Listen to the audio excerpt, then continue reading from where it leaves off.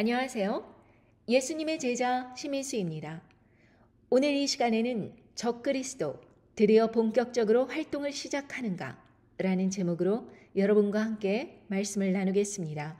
이는 첫 번째 부활과 휴거자들과 남은 자들을 위한 60번째 메시지가 되겠습니다. 먼저 기도를 시작하겠습니다. 천지를 지으신 우리 하나님 아버지, 오늘도 이렇게 말씀을 깨닫는 지혜를 주시고 함께 나눌 수 있는 소중한 기회를 주셔서 감사합니다. 이 어두운 세상을 살아가면서 많은 사람들이 하나님 아버지의 말씀을 잊고 자기들의 삶 속에 파묻혀서 그렇게 살아갈 때 저희들은 늘 말씀에 깨어서 굳건한 믿음으로 나올 수 있도록 인도해 주시기를 간절히 바랍니다. 저들이 평온하다, 안전하다 그렇게 외치고 있지만 우리들의 마음이 하나님 아버지의 말씀을 화합하여 준비될 수 있도록 인도해 주시고 너무나도 부족하고 연약한 그런 믿음일지라도 끝까지 인내하는 믿음으로 나올 수 있도록 은혜를 베풀어 주시기를 간절히 바랍니다. 오늘 이 시간 말씀이 선포될 때에 하나님 아버지께서 역사해 주시는 그러한 시간이 되기를 간절히 바라며 성령님께서 처음부터 끝까지 인도해 주시기를 기다리며 이 모든 말씀 우리 주 예수 그리스도 이름 받들어 간절히 기도드리옵나이다. 아멘. 여러분, 제가 사람들에게 이제 우리가 한 일에 들어와 있다. 이미 멸망에 가증한 것이 거룩한 곳에 선다는 그 말씀이 이루어졌다. 그렇게 말을 전하면 그 사람들은 굉장히 당황을 합니다. 무슨 말이냐? 아직 한 일에는 시작되지 않았다. 그리고 예수님의 재림의 시기는 그때와 그 시는 아무도 모른다 그랬으니까 그렇게 예측하면 안 된다. 그건 성경에 어긋난 것이다. 그거는 이단들이나 하는 소리다. 이렇게 단언을 합니다. 하나님 아버지께서 이 세상에 임할 그 심각한 하나님의 심판의 시기에 대해서 과연 우리가 전혀 준비되지 않도록 하셨을까요? 그렇지 않습니다. 우리가 성경 말씀을 찾아보겠습니다. 데살로니가 전서 5장 1절부터 제가 봉독하겠습니다. 형제들아, 때와 시기에 관하여는 너희에게 쓸 것이 없음은 주의 날이 밤에 도적같이 이를 줄을 너희 자신이 자세히 알미라. 저희가 평안하다 안전하다 할 그때에 잉태된 여자에게 해산 고통이 이른과 같이 멸망이 호련히 저희에게 이르리니 결단코 피하지 못하리라. 형제들아, 너희는 어두움에 있지 아니하매 그날이 도적같이 너희에게 임하지 못하리니 너희는 다 빛의 아들이요 낮의 아들이라. 우리가 밤이나 어두움에 속하지 아니하나니 그러므로 우리는 다른 이들과 같이 자지 말고 오직 깨어 근신할지니라. 이렇게 말씀에도 분명히 나와 있듯이 우리가 어두움에 속하지 아니하기 때문에 그날이 도적같이 우리에게 임하지 못한다. 말씀으로 무장되어 있기 때문에 그렇습니다. 우리가 다 빛의 아들이요 낮의 아들이기 때문에 우리가 밤이나 어두움에 속하지 않기 때문에 그래서 우리는 다른 세상 사람들과 같이 잠을 자는 사람들이 아니다라고 분명히 말씀해 주셨습니다. 어떤 사람들은 밤이나 낮이나 이게 다 무슨 소리냐? 우리가 한시를 살고 있는데 도대체 무슨 말이냐? 이렇게 반문하겠지만 이것은 영적인 밤, 영적인 낮입니다. 그 다음 절 7절에 보면 자는 자들은 밤에 자고 취하는 자들은 밤에 취하되 우리는 낮에 속하였으니 근신하여 믿음과 사랑의 흉배를 붙이고 구원의 소망의 투구를 쓰자. 이렇게 말씀하셨습니다. 세상 사람들은 밤에 속한 사람들이에요. 그렇기 때문에 깨닫지 못하는 것입니다. 깊은 잠에 들어있는 것이죠. 꿈을 꾸듯 이 세상에 일어나는 일들을 마치 꿈속에서 보듯이 피상적으로 아무런 연결고리 없이 느닷없이 그렇게 경험되어지지만 우리에게는 낮이다.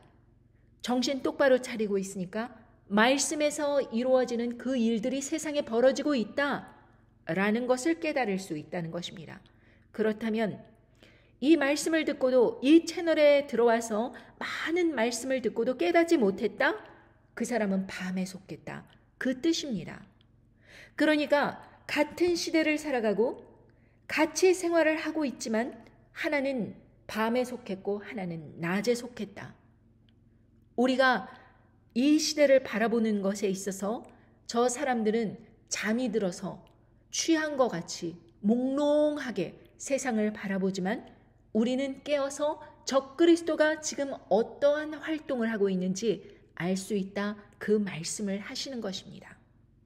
하나님 아버지께서 이 마지막 때에 대해서 말씀을 주심은 그것으로 인해서 근심하고 걱정하라는 그런 말씀이 아니라 슬퍼하지 말라. 그러한 환난이 비록 닥친다고 할지라도 슬퍼하고 괴로워하지 말라. 이 말씀을 하시는 것입니다. 데살로니가 전서 4장 13절에 보면 형제들아 자는 자들에 관하여는 너희가 알지 못함은 우리가 원치 아니하노니 이는 소망 없는 다른 이와 같이 슬퍼하지 않게 하려 함이라. 그러니까 자는 자들에 관해서 너희가 알지 못함을 우리가 원치 않는다. 그러니까 세상 사람들에 대해서 우리가 모르고 그 사람들이 뭘 하는지 모르기를 원치 않는다. 이것입니다. 그리고 우리가 예수에 죽었다가 다시 사심을 믿을진대 이와 같이 예수 안에서 자는 자들도 하나님이 저와 함께 데리고 오시리라. 우리가 주의 말씀으로 너희에게 이것을 말하노니 주 강림하실 때까지 우리 살아남아 있는 자도 자는 자보다 결단코 앞서지 못하리라. 주께서 호령과 천사장의 소리와 하나님의 나팔로 치니 하늘로 쫓아 강림하시리니 그리스도 안에서 죽은 자들이 먼저 일어나고 그 후에 우리 살아남은 자도 저희와 함께 구름 속으로 끌어올려 공중에서 주를 영접하게 하시리니 그리하여 우리가 항상 주와 함께 있으리라. 그러므로 이 여러 말로 서로 위로하라. 이렇게 말씀하셨습니다. 그러니까 이 말씀을 하심은 소망 없는 다른 이와 같이 슬퍼하지 않게 하려 함이라. 이 말씀을 하시는 것입니다. 그 사람들에게는 하나님의 심판의 날, 환난의 날, 핵전쟁이 일어나고 짐승정권 들어서고 이 모든 아비규환 같은 세상이 벌어지고 자연재해 막 불어닥치고 그런 날들이 소망이 없는 날이겠죠. 그들에게 무슨 소망이 있겠습니까? 짐승정권에 의해서 짐승 우상 경배 다 하고 짐승의 표를 받게 될 것인데 그들이 가는 곳은 불과 몇 년 후에 불못에 떨어질 텐데 그들에게 무슨 소망이 있겠어요? 세상 사람들에게는 소망 없다 이것입니다. 그런데 그렇게 소망 없는 다른 이와 같이 슬퍼하지 않게 하려 함이라 이렇게 말씀하십니다. 왜? 마지막 나팔 때 인재앙, 나팔재앙, 대접재앙 그렇게 일어나죠. 그 마지막 7번째 나팔, 마지막 나팔 때 그렇게 자는 자들이 먼저 일어나고 여기에서 보면 뭐라 그럽니까? 주께서 호령과 천사장의 소리와 하나님의 나팔로 친히 하늘로 쫓아 강림하시리니 그리스도 안에서 죽은 자들이 먼저 일어나고 그 후에 우리 살아남은 자도 저희와 함께 구름 속으로 끌어올려 공중에서 주를 영접하게 하시리니 이렇게 말씀하십니다. 첫 번째 부활, 순교자들의 그 부활, 예수님 시대로부터 계속해서 순교가 일어났지요. 그 많은 사람들이 예수님의 이름을 믿는다는 그것 때문에 세상으로부터 순교를 당하고 그 순교당한 자들이 이 마지막 때에 대거 순교당하는 일이 일어납니다. 짐승 우상 경배 안 한다고. 땅에 있는 모든 자들은 미혹되어서 짐승 우상 경배를 하게 되는데 그때 짐승 우상 경배를 거부하고 그리고 나서 짐승의 표도 거부하고 그러는 사람들은 결국에는 처형을 당할 수 있겠죠. 그 사람들이 다 한꺼번에 첫 번째 부활이 되는 것입니다. 그리고 나서 살아남은 자, 휴거자들도 올려서 공중에서 주를 영접하게 하신다. 이 일이 일어나기 때문에 너희들은 두려워하거나 슬퍼하지 말아라. 이렇게 위로의 말씀을 주시는 것입니다. 자, 세상 사람들에게는 이러한 구체적으로 순서에 대해서 말씀해 주시고 세상에 어떤 일이 일어날 것인지에 대해서 말씀해 주시는 이 모든 것들이 그들에게는 마치 꿈에서 왜 잠꼬대하는 사람들이 있잖아요. 그런 사람들 말하는 것처럼 그들에게는 거꾸로 그렇게 들린다, 그것입니다. 같은 시대를 살아가는데 보는 관점이 틀린 거예요. 그 사람들은 이 시대가 평온하다, 안전하다 이렇게 생각을 한다는 것입니다. 그런데 우리는 하나님의 심판이 몰려온다, 이렇게 반대로 생각한다는 것입니다. 그리고 막상 핵전쟁이 일어나고 짐승 정권 들어서고 많은 자연재해 일어날 때 그들은 소망이 없는데 거꾸로 우리는 그때서야 성경 말씀의 예언이 그대로 성취되는구나, 소망을 가질 수 있다는 것입니다. 세상 사람들과 우리가 반대로 생각을 하는 거예요. 그들은 적그리스도를 따라가게 되어 있습니다. 땅에 사는 사람들은 다 적그리스도 그 우상 경배를 하게 되어 있어요. 그런데 우리는 그때가 바로 시험 기간이다, 절대로 우상 경배하면 안 된다라는 것을 깨닫고 우리는 반대의 길을 가죠. 결코 이 동시대를 살아가면서도 물과 기름처럼 이 세상 사람들과 믿음을 가진 하나님의 사람들은 결코 화합될 수가 없다, 하나가 될 수 없다, 이것입니다. 시각이 다르므로, 보는 관점이 다르므로, 세월을 읽는 그 눈이 틀린 거예요. 세상 사람들에게는 그것이 선한데, 짐승 정권이 선하고 의로운데, 우리 믿는 사람들에게는 하나님 말씀이 의롭고 그들은 악한 자들이다, 이렇게 생각하기 때문에 일치가 안 되는 것입니다. 데살로니가 후서 2장 3절에 누가 아무렇게 하여도 너희가 미혹하지 말라. 먼저 배도하는 일이 있고 저 불법의 사람 곧 멸망의 아들이 나타나기 전에는 이르지 아니하리니 저는 대적하는 자라 범사에 일컫는 하나님이나 숭배함을 받는 자 위에 뛰어나 자존하여 하나님 성전에 앉아 자기를 보여 하나님이라 하느니라. 내가 너희와 함께 있을 때 이 일을 너희에게 말한 것을 기억지 못하느냐? 저로 하여금 저의 때에 나타나게 하려 하여 막는 것을 지금도 너희가 안 하니 불법의 비밀이 이미 활동하였으나 지금 막는 자가 있어 그 중에서 옮길 때까지 하리니, 이렇게 말씀하셨습니다. 자, 저 불법의 사람, 멸망의 아들 누구일까요? 적그리스도입니다. 첫 번째 짐승입니다. 그의 역할이 어떤 역할이에요? 하나님을 대적하는 자라, 범사에 일컫는 하나님이나 숭배함을 받는 자 위에 뛰어나 자존하여 하나님 성전에 앉아 자기를 보여 하나님이라 하느니라. 이러한 참남한 일을 한다는 것입니다. 요한계시록 13장 4절부터 보면 용이 짐승에게 권세를 주므로 용에게 경배하며 짐승에게 경배하여 가로되 누가 이 짐승과 같으뇨 누가 능히 이로 더불어 싸우리요 하더라. 또 짐승이 큰 말과 참남된 말하는 입을 받고 또 42달 일할 권세를 받으니라. 짐승이 입을 벌려 하나님을 향하여 회방하되 그의 이름과 그의 장막 곧 하늘에 거하는 자들을 회방하더라. 또 권세를 받아 성도들과 싸워 이기게 되고 각 족속과 백성과 방언과 나라를 다스리는 권세를 받으니, 이렇게 말씀하셨습니다. 그러면서 8절에 죽임을 당한 어린 양의 생명체의 창세 이후로 농명되지 못하고 이 땅에 사는 자들은 다 짐승에게 경배하리라, 이렇게 말씀하셨습니다. 이 사람은 이 등극하기 위해서, 자기가 등극하기 위해서 계속 노력해 온 것입니다. 로마가 무너지고 로먼 캐톨릭에서부터 계속해서 이 세상을 다스리려고 애쓰고 전 세계를 지배하려고 짐승 정권으로 만들려고 그렇게 애를 써왔지만, 그러나 누군가가 막고 있는 거예요. 어떤 사람은 이게 성령님이라 그러는데 그렇지 않습니다. 영어에서 보면 그 불법의 비밀이 이미 활동하였으나 지금 막는 자가 있어 그 중에서 옮길 때까지 하리라, 이것을 갖다가 성령님께서 막고 있다고 이렇게 말씀하시는데, 영어 성경에 보면은 성령님은 항상 대문자 히로 나와 있습니다. H가 대문자예요. 그런데 여기에서는 소문자로 나와 있습니다.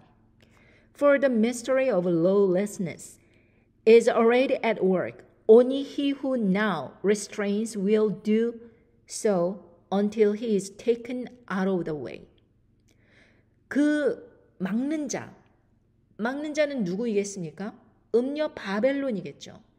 음녀 바벨론 세력이 계속 그자가 나타나는 것을 막고 있는 것입니다. 음녀 바벨론 세력이 이 땅의 임금들을 다스리는 큰 성이라 하지 않았습니까? 정치력, 권력, 경제력, 모든 그 세상의 막강한 부를 경제, 정치를 쥐고 흔드는 그런 대단한 세력, 엘리트 그룹, 그런 일루미나리 프리메이슨, 다보스 포럼, 그런 세력들. 여러분, 그런 세력들이 계속해서 그자가 혼자 독식으로 이 세상을 모두 적그리스도화 하는 것을 막고 자기네들이 경쟁을 하고 있는 거예요. 지금 계속 그래 오고 있는 것입니다. 근데 그가 나타나면 뭐라 그래요? 하나님을 대적하는 자라 범사에 일컫는 하나님이나 숭배함을 받는 자 위에 뛰어나 자존하여 하나님 성전에 앉아 자기를 보여 하나님이라 하느니라. 이 자가 이런 참남한 짓을, 참남한 말을 그렇게 하기 위해서는 이 자가 이런 위치로 올라가도록 돕는 이가 있어야 하는데 그게 바로 두 번째 짐승이다. 제가 여러 번 말씀드리지 않았습니까? 요한계시록을 볼 때 우리가 이 두 번째 짐승, 그러니까 짐승이 한 마리가 아니에요. 두 마리입니다. 이 두 번째 짐승의 역할이 나중에 나온 거라고 생각해서 이 첫 번째 짐승이 먼저 나올 거라고 그렇게 사람들이 착각을 하지만 사실 그렇지 않습니다. 이 적그리스도 세력, 첫 번째 짐승과 두 번째 짐승은 각자 맡은 역할이 있는 거예요. 이 첫 번째 짐승은 경배의 대상이 되는 짐승이고 두 번째 짐승은 그 경배를 할 수 있도록 정치, 군사, 권력 이 모든 것을 사용해서 세상의 왕들을 지배하고 다스려서 이 첫 번째 짐승을 경배하는 역할을 시키는 것입니다. 그래서 요한계시록 13장 11절 12절에 보면 내가 보매 또 다른 짐승이 땅에서 올라오니 새끼 양같이 두 뿔이 있고 용처럼 말하더라. 저가 먼저 나온 짐승의 모든 권세를 그 앞에서 행하고 땅과 땅에 거하는 자들로 처음 짐승에게 경배하게 하니 곧 죽게 되었던 상처가 나은 자니라. 자, 여기에서 보면 새끼 양같이, 여러분 새끼 양에 대한 이미지가 어떻습니까? 굉장히 정말 순수하고 정의롭고 정말 예수 그리스도처럼 그렇게 어린 양으로 그렇게 죽임을 당하셨다 이렇게 사람들이 이제 성경 말씀에서 읽고 어린 양으로 많이 비유하지 않습니까? 그런 것과 같이 이 사람이 마치 예수님의 사역을 바톤을 받아서 뭔가 하나님을 위해서 의로운 일을 하는 것 같이 그렇게 꾸민다 그것입니다. 그런데 두 뿔이 있고 용처럼 말하는 거예요. 사람들에게 인식되는 것은 어린 양 같은데 새끼 양 같은데 하는 짓거리는 두 뿔이 있고 용처럼 말하더라. 완전히 괴계가 가득한 사람입니다. 이중인격자예요. 겉모양과 속내가 틀린 것입니다. 그리고 이 사람이 하는 일은 그 먼저 나온 짐승의 모든 권세를 그 앞에서 행하고 땅과 땅에 거하는 자들로 처음 짐승에게 경배하게 하니 곧 죽게 되었던 상처가 나은 자니라. 그러니까 암살 시도를 이 첫 번째 짐승이 그렇게 받은 것으로 인해서 요한계시록뿐만이 아니라 다니엘 11장 40절에서도 보면요.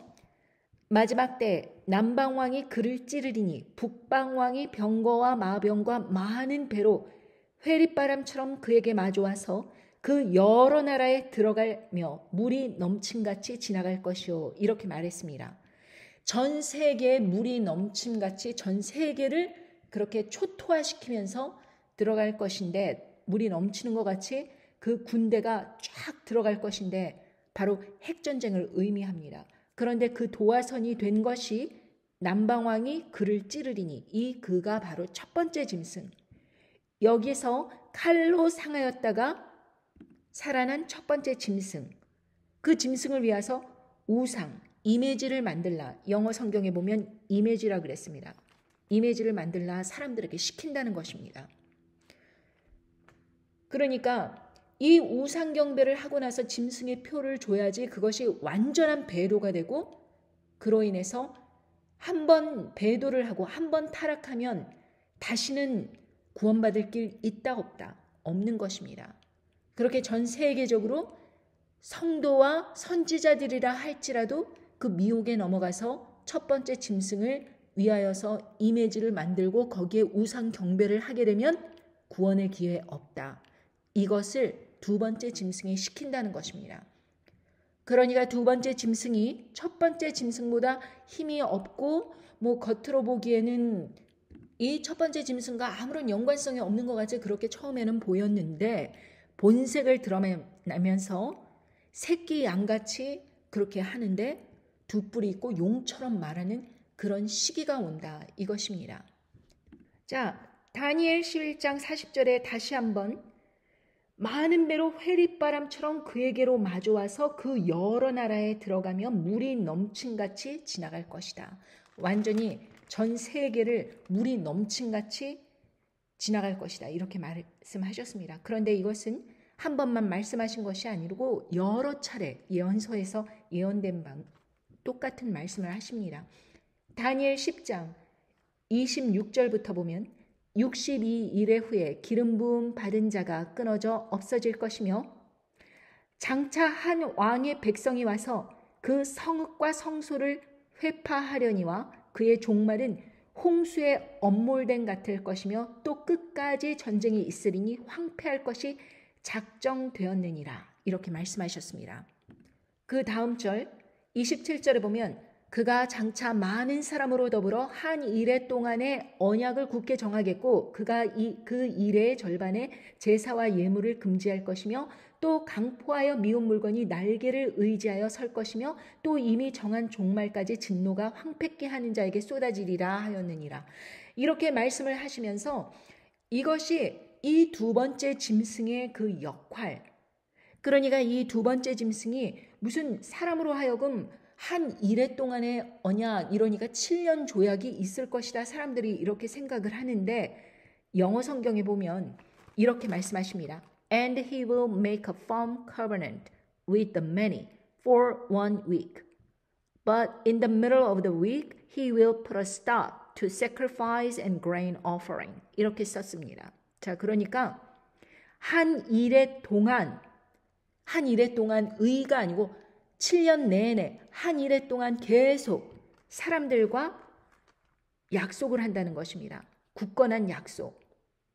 그러면서 반면 이 사람이 하는 일이 있는데 On the wing of abomination will come one who make desolate even until complete destruction. 이렇게 나와 있습니다. 자, 무슨 말씀이냐 하면 On the wing of abomination, 가증한 것의 날개 위에 누가 온다? 그가 온다는 것입니다. 그는 어떤 사람이냐?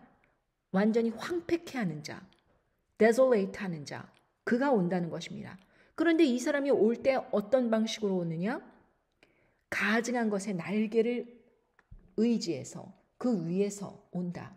여러분, 2021년도에 가증한 것의 그 날개, 여러분께서도 미리 말씀드린 적이 있지만 간호사, 의사, 제약회사 모든 그 로고가 뱀이 두 마리를 꼬아서 이렇게 있고 끝에 가서 날개가 쫙 펴진 그 상징 심벌이 거룩한 곳, 이 세상의 거룩한 곳은 하나님의 성소가 있는 바로 하나님의 백성들의 몸이라고 하였습니다. 그럼 그 몸에 그 가증한 것이 설 때 그것을 그가 의지해서 온다, 이것입니다. 그가 본색을 드러내는 거예요. 두 번째 짐승이 이 on the wing of abomination, 가증한 것의 날개를 의지해서 그가 완전히 황폐케 하려고 온다. 그렇게 오는데 언제까지? 완전히 그 성소가 무너질 때까지. 여러분 이 한국어보다 영어가 훨씬 더 이해하기가 쉽습니다. 그러니까 그 성소가 거룩한 곳에 그 가증한 것의 날개가 쫙 섰을 때 그것이 한 번에 걸쳐서 무너지는 것이 아니고 여러 번 계속 조금씩 무너지다가 결국에는 짐승 정권이 서면서 그 짐승의 표, 그것으로 인해서 완전히 무너져 버린다. 그것입니다. 짐승의 표는 한 번 받으면 끝. 왜? 짐승의 우상, 이미지에게 경배하는 일이 먼저 있었기 때문에 배도가 일어나면 더 이상 그곳은 하나님의 성전이 아닙니다. 한 번 타락한 자들은 다시 회복할 수 있다 없다? 없다. 그러니까 이 음녀 바벨론의 진노의 포도주나 용의 토함물 사건 뭐 다 마찬가지지만 그것은 정말 용이 물을 강같이 토하여 그를 떠내려가게 하려고 하였는데 그것은 성공하지 못했다. 그래서 용이 분노하여 그 남은 자손에게 가서 이제 싸우려고 후 3년 반으로 들어가면서 요한계시록 13장 짐승 정권이 올라오는 것입니다. 첫 번째 음녀 바벨론이 2021년도에 주입했던 것은 몇 차 해서 주입했던 것은 가증한 것이지요. 그런데 짐승의 표는 섞인 것이 없이 부은 포도주, 진노의 포도주인데 섞인 것이 없이 부은 포도주라고 하였습니다. 그러니까 완전 찐의 원액이라는 것이죠. 그러니까 이 사람들이 2021년도에 넣었던 것도 그것도 정말 계속해서 우리가 정말 성소가 회파되는 그러한 역할을 했었으나 그러나 구원을 잃지는 않았다.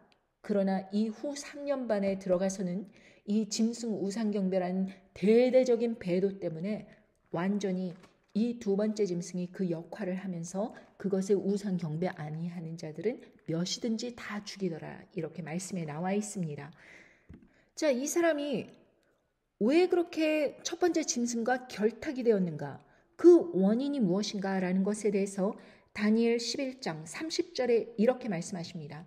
이는 기띔의 배들이 이르러 그를 칠 것임이라. 그가 낙심하고 돌아가며 거룩한 언약을 하나고 임의로 행하며 돌아가서 거룩한 언약을 배반하는 자를 중히 여길 것이며 이렇게 말씀하셨습니다. 자, 기띔의 배들은 상업이 발달한 스페인의 항구입니다. 그런데 요즘에서는 빅테크 컴퍼니들이 언론선상에서 주로 SNS나 인터넷을 통해서 많은 비즈니스가 활성화되고 있죠. 그런데 그 사람이 여론전에서 진 것입니다. 그러니까 낙심을 하였다 그래요. 완전히 하트 브레이킹이 된 것입니다.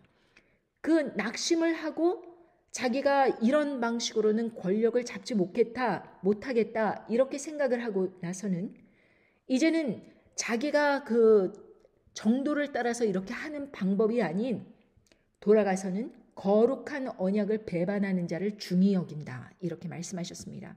이 첫 번째 짐승이 하나님을 회방하고 백성을 이제 괴롭게 하는 그런 역할을 맡을 거라고 우상 경배를 자기가 그렇게 받으려고 하는 그러한 괴계를 부릴 때 이 두 번째 짐승이 굉장히 큰 역할을 해야 하는데 그 역할을 이 괴계를 부리는 이 두 번째 짐승과 첫 번째 짐승이 결탁한 계기가 바로 그 부정선거라고 주장을 하면서 결국에는 그가 권력을 얻지 못하고 민주당으로 넘어간 그 사건으로 인하여서 이제 그 사람이 제일 먼저 한 것이 무엇이냐? 거룩한 언약을 배반하는 자를 중히 여길 것이며 이렇게 말씀하신 다음에 31절에 다음 절에 보면 군대는 그의 편에 서서 성소 곧 견고한 것을 더럽히며 매일 드리는 제사를 폐하며 멸망케 하는 미운 물건을 세울 것이며 이렇게 말씀하셨습니다. 자, forces 이렇게 forces라고 했습니다. Forces from him will arise 이렇게 말합니다. 그러니까 여기에서 어떤 세력 그가 이 전 세계 사람들에게 그 가증한 것을 받아들이게끔 모든 제약회사들의 그 약품이 모든 사람들의 몸에 들어가게끔 그 일을 추진함으로 인해서 견고한 것을 더럽히며 이렇게 말씀하셨습니다. 그리고 견고한 것이 더럽혀지면 성령님이 떠나시기 때문에 더 이상 제사를 드릴 수 없는 것이죠. 매일매일 기도하는 그런 성령이 충만한 그러한 성도들일지라도 이 매일 드리는 제사가 그쳐지는 것입니다. 성령이 떠나셨기 때문에. 그리고 나서 멸망케 하는 미운 물건, 그 날개를 의지하여 뱀이 또아리를 튼 그 제약회사에서 만든 그 파르마케이아, 그게 딱 쓰는 것입니다. 몸에. 그리고 나서 그가 또 언약을 배반하고 악행하는 자를 괴휼로 타락시킬 것이나 오직 자기의 하나님을 아는 백성은 강하여 용맹을 발하리라. 그래서 이 사람이 괴휼로 악행을 하는 자들, 언약을 배반하고 악행을 하는 자들, 하나님을 믿습니다 라고 그렇게 말로는 하지만 결국에는 악행을 하는 자들, 이 사람들이 진정으로 하나님을 따르는 사람들인가? 아니요. 이런 사람들은 자기가 무슨 일을 하는지 모르고 언약을 배반하고 악행을 하는 자들, 그 사람들을 괴휼로 타락시킨다고 하였습니다. 요즘에 전 세계적으로 극우파 굉장히 많이 일어나고 있죠. 여러분 생각을 해보십시오. 이 사람도 2020년도 말, 2021년도 초 선거에서 패배를 했음에도 불구하고 부정선거다 해가지고 그 지지자들을 통해서 국회로 난입하도록 하였습니다.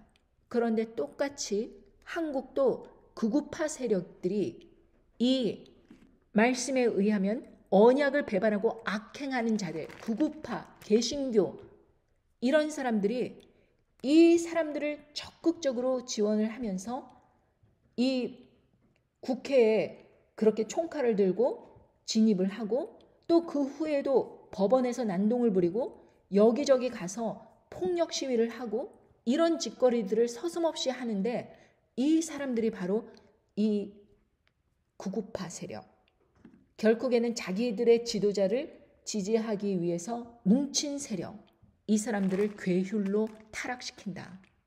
이것입니다. 여러분 그 일이 전 세상에 그대로 일어나고 있습니다. 이 말씀은 다니엘 8장 9절에서도 보면 그중 한 뿔에서 또 작은 뿔 하나가 나서 남편과 동편과 또 영화로운 땅을 향하여 심히 커지더니 그것이 하늘 군대에 미칠 만큼 커져서 그 군대와 별 중에 몇을 땅에 떨어뜨리고 그것을 짓밟고 또 스스로 높아져서 군대의 주제를 대적하며 그에게 매일 드리는 제사를 제하여 버렸고 그의 성소를 헐었으며 범죄함을 인하여 백성과 매일 드리는 제사가 그것에게 붙임 바 되었고 그것이 또 진리를 땅에 던지며 자의로 행하며 형통하였더라. 이렇게 말씀하십니다. 여러분 여기에서 보면 이 두 번째 짐승이 한 뿔에서 또 작은 뿔, 미국이라는 나라에서 작은 뿔 하나가 나서 심히 남편과 동편 그리고 영화로운 땅, 여기에서 beautiful land는 바로 시온산과 같은 그런 영화로운 땅, 그곳을 침범한다 이것입니다. 결국에는 영적 전쟁이라 이것입니다. 하늘 군대에 미칠 만큼 커졌다 이것입니다. 성도의 그 몸을 침범하는 일, 그 군대와 별 중에 몇을 땅에 떨어뜨리고 그것을 짓밟고 영적으로 보면 이 상태라는 것입니다. 자기가 높아져서 군대의 주제를 대적하며 그에게 매일 드리는 제사 제하여 버렸고 결국에는 성소가 더럽혀졌으니까 제하여진 것이겠죠. 그의 성소를 헐었으며 여러분 그 말씀이 그대로 이 두 번째 짐승에 의해서 그대로 지금 일어나고 있는 것입니다. 이 네 뿔 중에서 한 뿔에서 또 다른 뿔 하나가 나서 이 말씀은 즉 다니엘 8장 23절에 보면 이 네 나라 마지막 때에 패역자들이 가득할 즈음에 한 왕이 일어나리니 그의 얼굴은 엄장하며 괴휼에 능하며 아까도 괴휼 나왔죠. 이 사람들은 괴휼로 이 사람은 두 번째 짐승은 괴휼로 사람들을 타락시킨다. 자유주의, 민주주의, 민족주의 뭐 이런 어떤 이념들을 통해서 하나님을 섬긴다 하던 사람들을 타락시키는 거예요.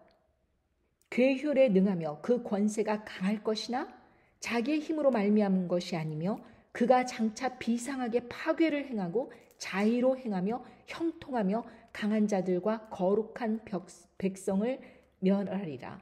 그가 꾀를 베풀어 제 손으로 괴휼을 이루고 마음에 스스로 큰 채하며 또 평화한 때에 많은 무리를 멸하며 또 스스로 서서 만왕의 왕을 대적할 것이나 그가 사람의 손을 말미암지 않고 깨어지리라. 자, 평화한 때에 그 전쟁이 일어날 필요가 없는데 많은 무리를 멸하는 거예요. 음녀 바벨론 세력을 일시간에 무너뜨려야 되니까. 딥스들을 일시간에 무너뜨려야 되니까. 그래서 이 사람도 마찬가지로 하나님을 대적해서 이 첫 번째 짐승을 우상 경배하고 자기가 온 세계를 다스려서 결국에는 이렇게 투표로 선임되는 그런 대통령이 아니라 완전히 이 전 세계를 다스리는 왕으로 그 권력욕, 야욕 이것으로 그렇게 똘똘 뭉쳐서 전 세계를 핵으로 밀어버리고 자기가 왕이 되려고. 그래서 이 첫 번째 짐승, 종교적인 우상 숭배를 시키는 그 대상을 경배하게 함으로 인해서 사람들을 괴혈로 타락시켜서 배도하게 하고 그리고 짐승의 표를 나눠주는 역할을 한다. 이것입니다. 자, 이 사람이 지금 무엇을 하고 있지요? 이 사람은 이제 확장주의적 발언을 하고 있다. MBC 뉴스에서 보면 이거를 잘 요약을 했는데 그린란드를 사들이겠다. 파나마 운하 운영권 되찾겠다. 미국이 가자지구 장악할 것이다. 이렇게 이야기하는 것입니다. 자, 하나하나씩 의도를 좀 들여다봐야겠습니다. 왜 그린란드를 사들일까?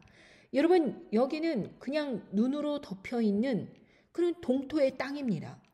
사들여봤자 뭐 농작물을 경작할 수 있는 것도 아니고 사람이 그렇게 자유롭게 살 수 있는 그런 따뜻한 곳도 아니에요. 그런데 왜 엄청난 금액을 주고 사들이려고 하는가? 바로 이곳이 군사적 요충지가 될 수 있기 때문입니다. 여러분, 이 그린란드를 차지하면 러시아, 유럽, 그리고 아시아 어디로나 갈 수 있는 것입니다. 네덜란드 영토라고 하지만 정확하게는 그렇지 않습니다.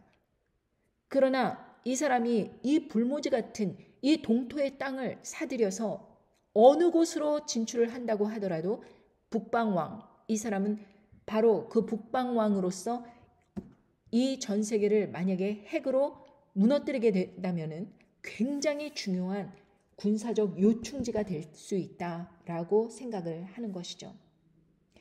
여러분 생각을 해보십시오. 서유럽과 그리고 캘리포니아, 네바다, 샌프란시스코 같은 곳, 그리고 예를 들면 중국이라든지 아니면 대만, 그리고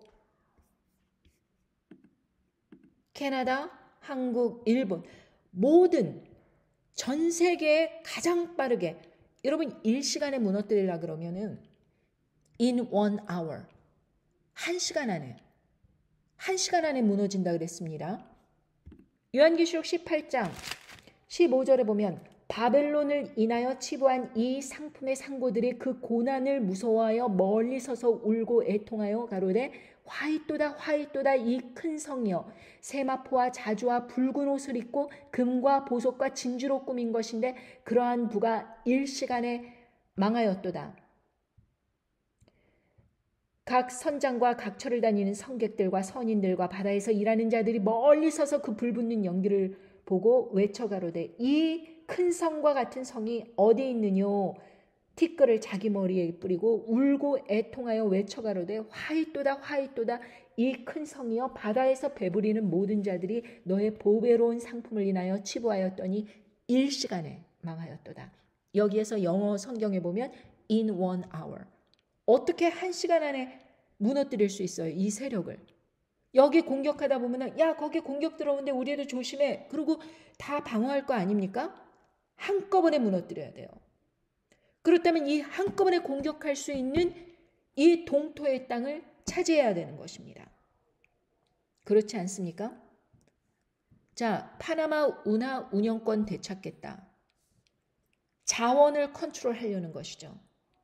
결국에는 이 모든 전쟁을 한다고 하더라도, 그리고 나중에 계속해서 이 핵전쟁이 일어나고 난 그 상황에서 다시 재건을 하려고 하더라도 자원을 누가 갖느냐? 결국 그 싸움 아닙니까?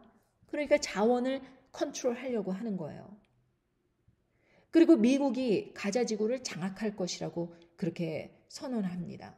자, 이스라엘이 지금 팔레스타인이 2000년 동안 그렇게 자리 잡고 살아오던 곳에 이스라엘이 갑자기 나타나서 건국을 하더니만 니네 나가 이랬습니다. 그래서 분쟁이 계속 생기는 것이죠.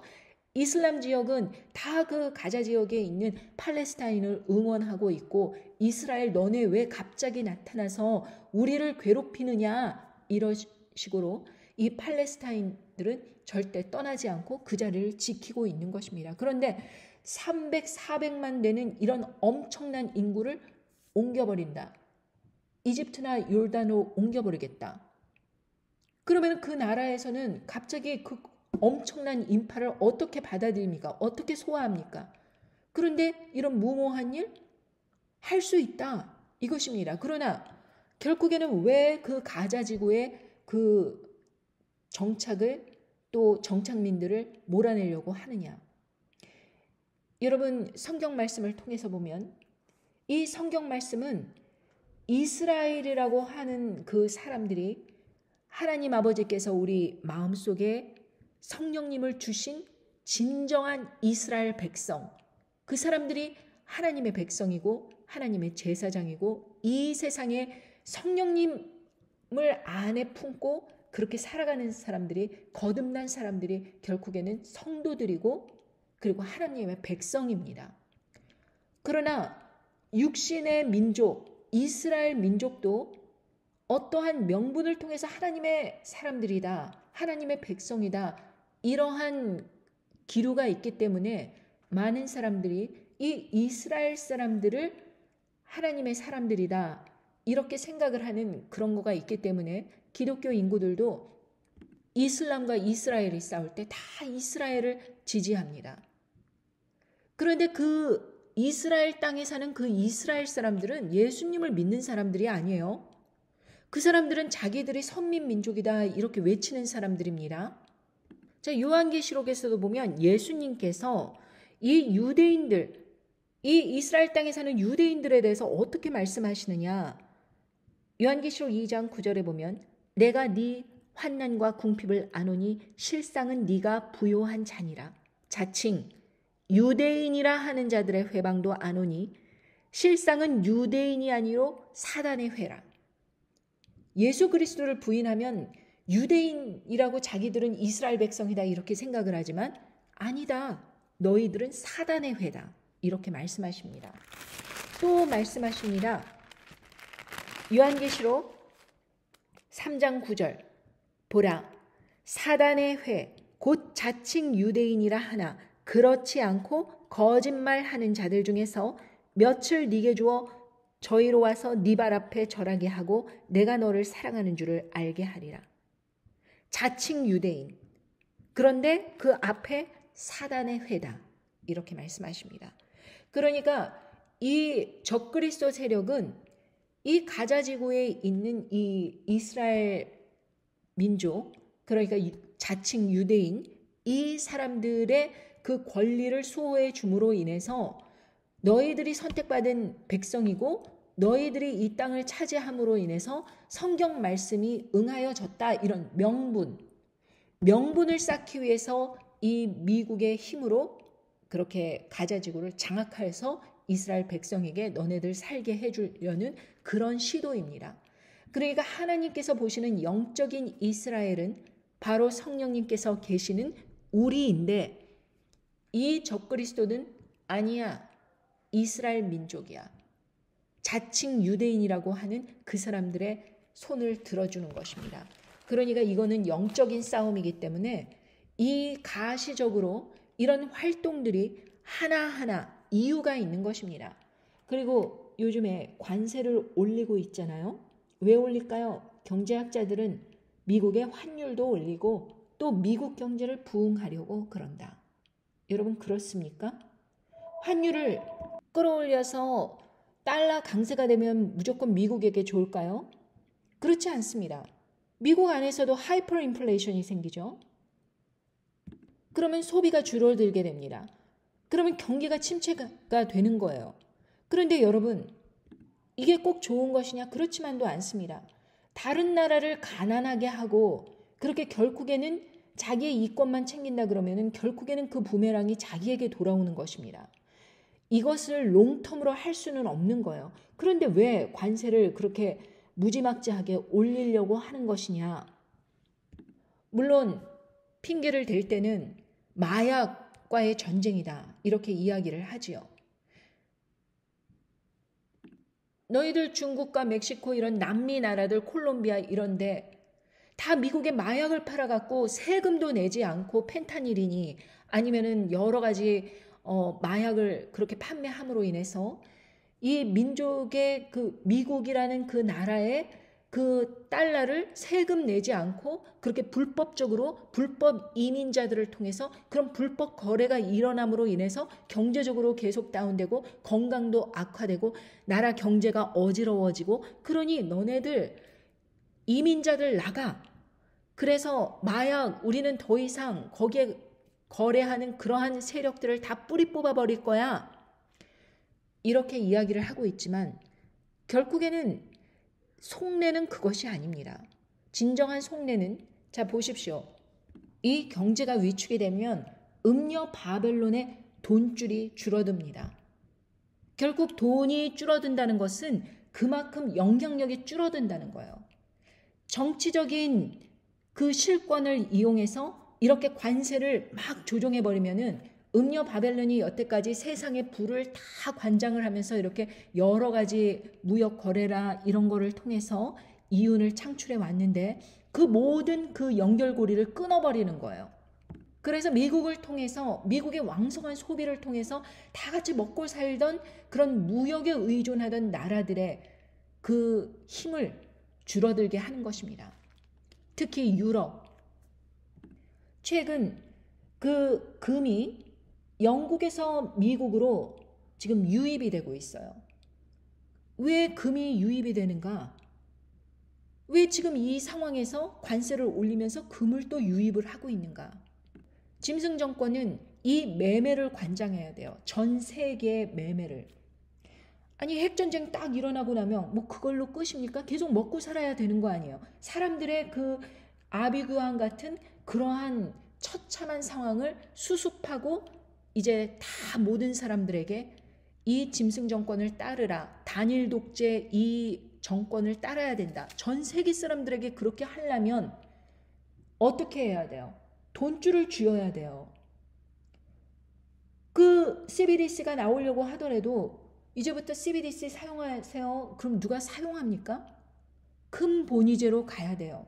가치가 연결이 돼야 돼요. 달러는요.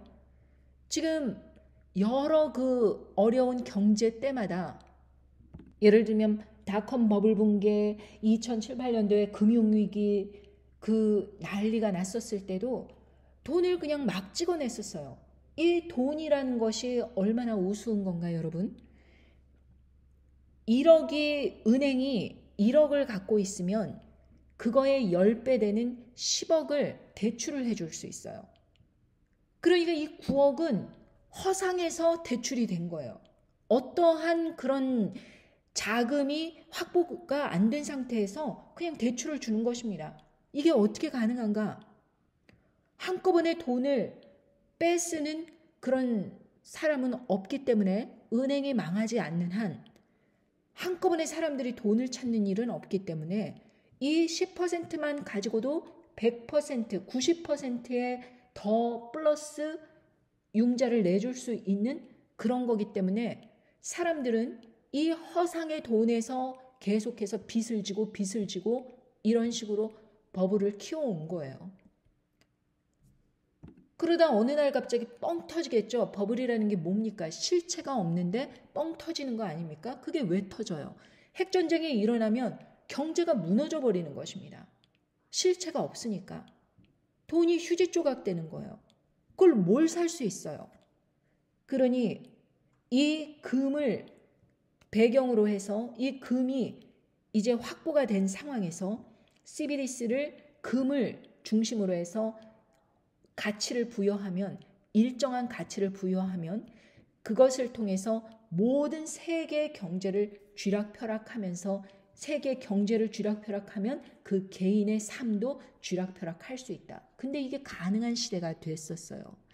왜냐하면 AI라든지 클라우드 기반을 통해서 엄청난 데이터, 사람들이 뭘 사고 파는지, 언제 사고 팔았는지, 누가 왜 어디에서 그 사고 판 경위가 다 나올 수 있는 그 빅데이터를 소화할 수 있는 그러한 시스템이 이제 완비가 됐기 때문에 이 CBDC가 나온다고 하더라도 사람들의 그 모든 거래를 제약을 할 수 있는 것입니다. 그러니 우상경배 안 하고 짐승의 표 받지 않는 사람들, 니네들 이거 사용 못해 라고 하는 것이죠.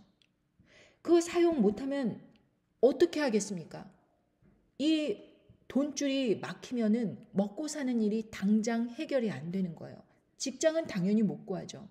그러니 이런 사람들이 마치 불법 체류자처럼 취급이 되는 것입니다. 지금 왜 불법 체류자를 다 해외로 내보내고 있는가? 그 나라들이 안 받겠다고 막 그 불법 체류자들 자기네들 나라로 돌아오는 거 원치 않는다고 하더라도, 그래? 그럼 콜롬비아 너 관세 올릴게, 이런 식으로 나오는 것입니다. 왜 그런가?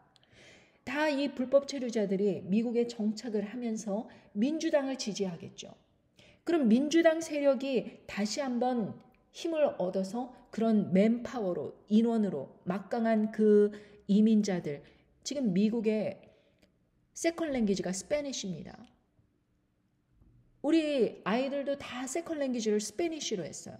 그러니까 미국에서는 영어만 필요한 것이 아니라 그냥 스페니쉬만 하더라도 그냥 먹고 살 수 있는 이런 시스템이에요.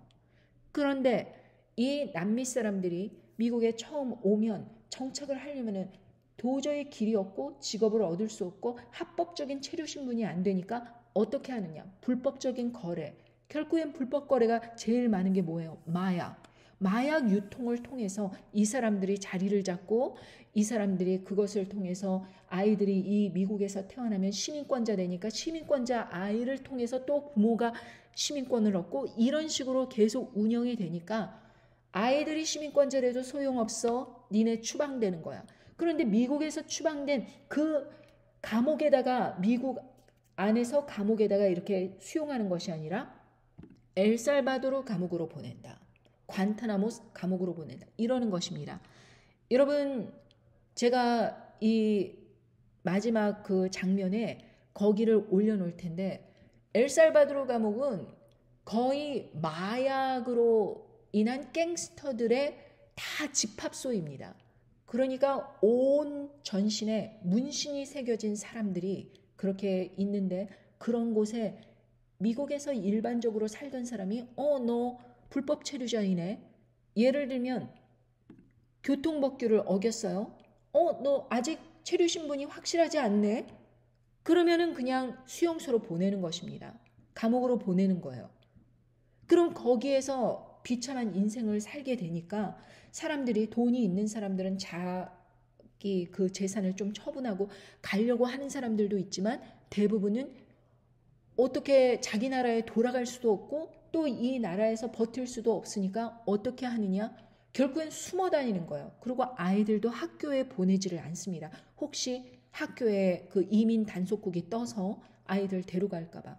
그러니까 이러한 아주 그 분위기가 살벌한 분위기로 이렇게 모든 세계가 경직이 되어 있는 상태입니다. 그런데 지금 한국에서도 이 정신을 못 차리고 지금 막 데모를 하는데 탄핵 반대 이러면서 그 사람을 다시 대통령으로 삼아야 된다. 이런 식으로 나오지 않습니까? 한국의 그 사람도 똑같이 부정선거를 주장을 하면서 감히 국회에다가 그렇게 군인을 풀어서 자기가 싫어하던 사람들을 다 잡아들이라 이런 식으로 지시를 했다는 것입니다. 그런데 군인들한테 네가 잘못 알아들었지 하는 식으로 다 떠넘기고 나 그런 말 한 적 없다. 아무 일도 일어나지 않았다. 배째. 이런 식으로 나오니까 사람들은 너무 분노하는 것입니다. 짐승 정권도 똑같은 것입니다. 뻔뻔스럽고 그리고 괴휼로 악행하는 자를 타락시킨다.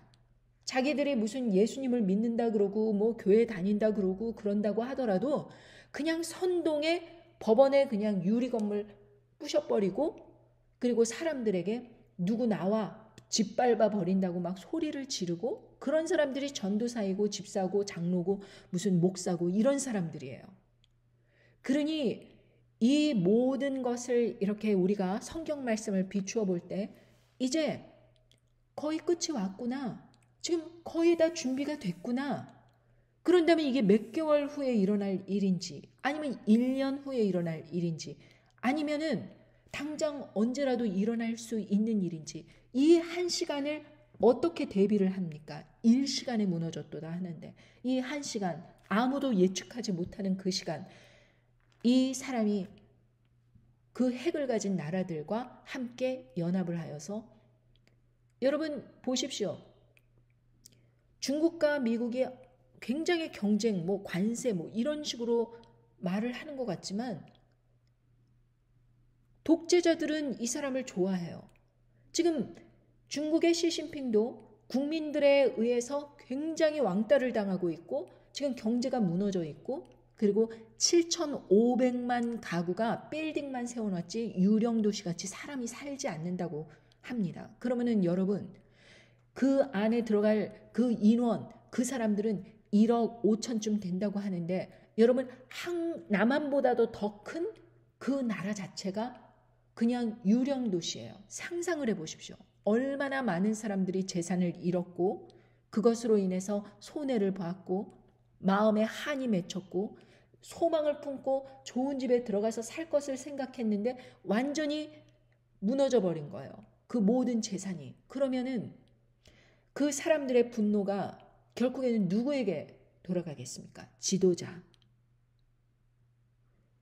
러시아는 어떤가요?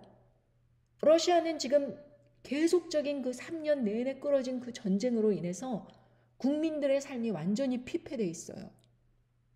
경제활동도 자유롭지 못하고 그리고 제재가 있어서 러시아 국민들은 자유롭게 다른 나라랑 무역도 못하고 많은 거래라든지 경제라든지 이런 게 다른 나라와 다 연결이 되어 있는데 지금 자급자족을 하는 그런 상황에서 지금 몇 년을 끌어간 거예요. 그럼 결국에 누구한테로 화살이 돌아가겠는가? 이 경제의 대란을 갖다가. 여러분 그렇지 않습니까? 그러니까 모든 그 독재자들이 있는 그런 나라, 특히 북한 같은 데는 굉장히 지금 위험하다고 하지요. 언제든지 무너질 수밖에 없는 사람들의 그 모든 반감이 고조되고 있다고 합니다.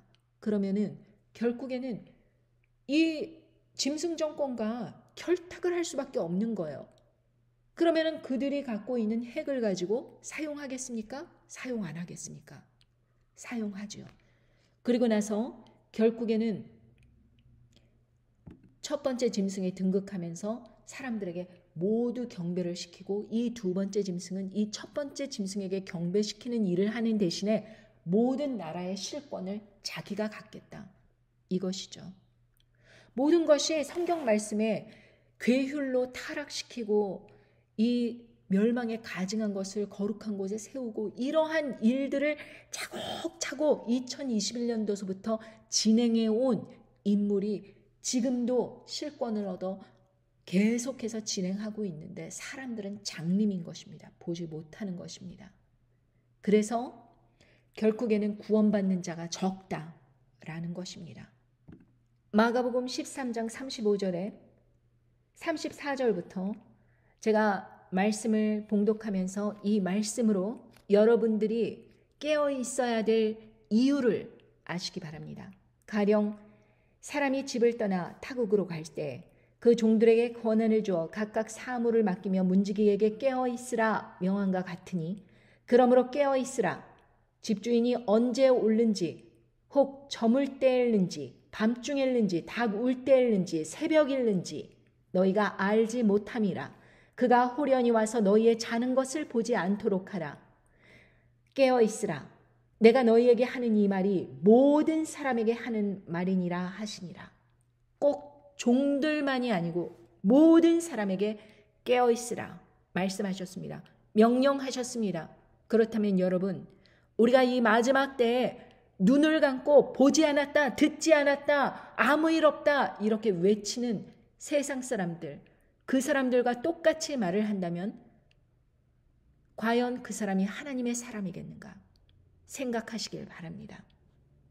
이제 곧 후 3년 반 짐승 정권으로 들어가기 전에 우리에게는 이 일이 반드시 있어야 됩니다.